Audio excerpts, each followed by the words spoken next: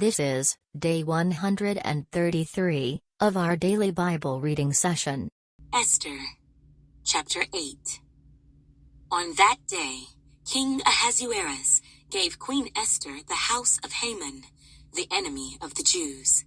And Mordecai came before the king, for Esther had told how he was related to her.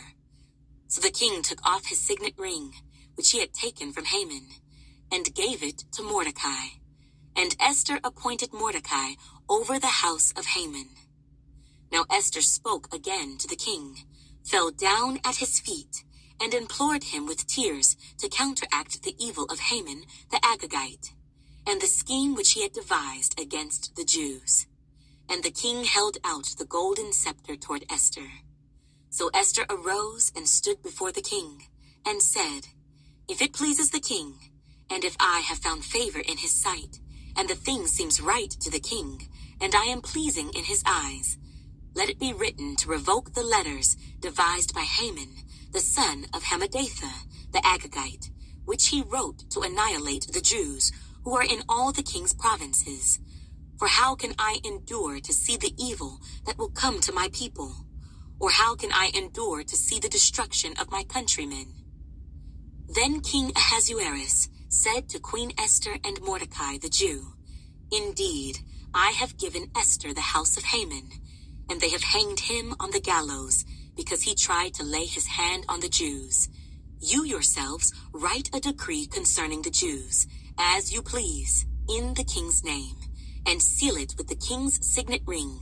For whatever is written in the king's name, and sealed with the king's signet ring, no one can revoke. So the king's scribes were called at that time in the 3rd month, which is the month of Sivan, on the 23rd day. And it was written, according to all that Mordecai commanded, to the Jews, the satraps, the governors, and the princes of the provinces from India to Ethiopia, 127 provinces in all, to every province in its own script, to every people in their own language, and to the Jews in their own script and language. And he wrote in the name of King Ahasuerus, sealed it with the king's signet ring, and sent letters by couriers on horseback, riding on royal horses, bred from swift steeds. By these letters, the king permitted the Jews, who were in every city, to gather together and protect their lives, to destroy, kill, and annihilate all the forces of any people or province that would assault them, both little children and women, and to plunder their possessions. On one day in all the provinces of King Ahasuerus, on the 13th day of the 12th month, which is the month of Adar. A copy of the document was to be issued as a decree in every province and published for all people, so that the Jews would be ready on that day to avenge themselves on their enemies.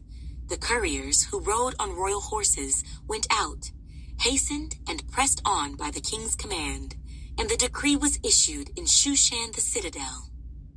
So Mordecai went out from the presence of the king in royal apparel of blue and white, with a great crown of gold, and a garment of fine linen and purple.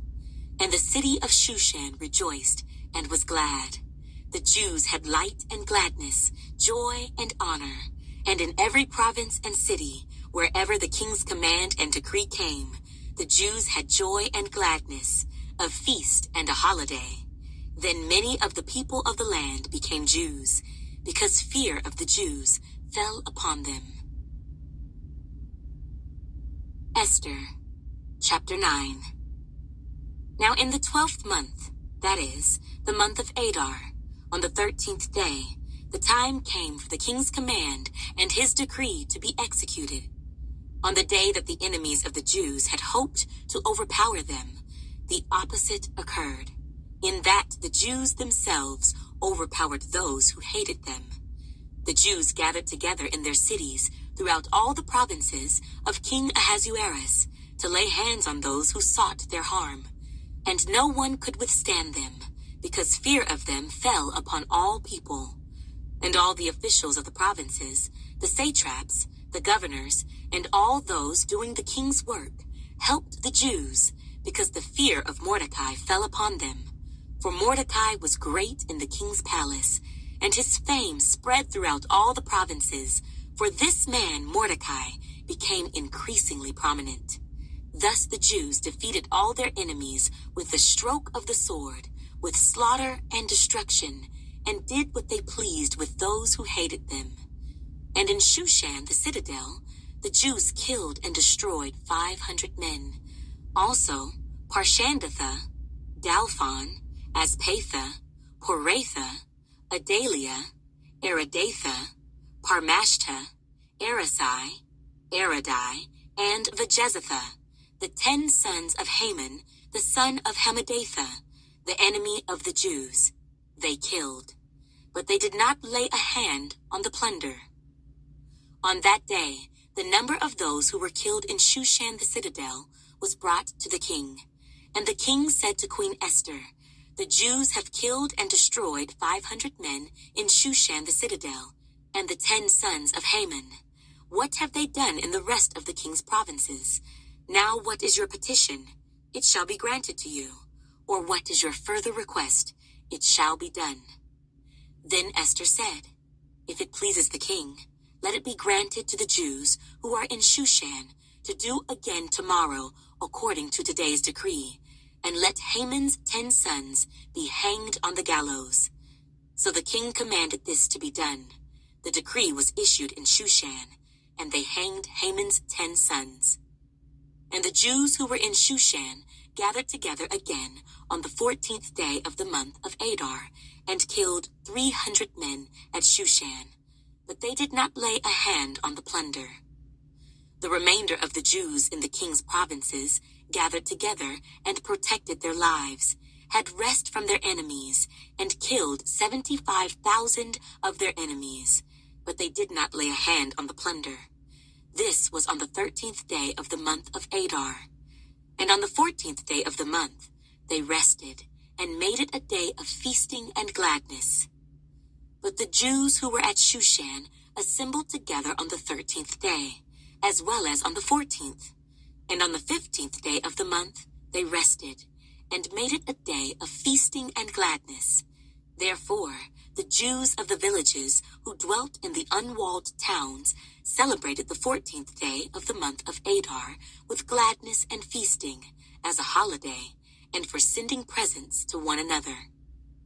And Mordecai wrote these things and sent letters to all the Jews, near and far, who were in all the provinces of King Ahasuerus, to establish among them that they should celebrate yearly the 14th and 15th days of the month of Adar, as the days on which the Jews had rest from their enemies, as the month which was turned from sorrow to joy for them, and from mourning to a holiday, that they should make them days of feasting and joy, of sending presents to one another and gifts to the poor.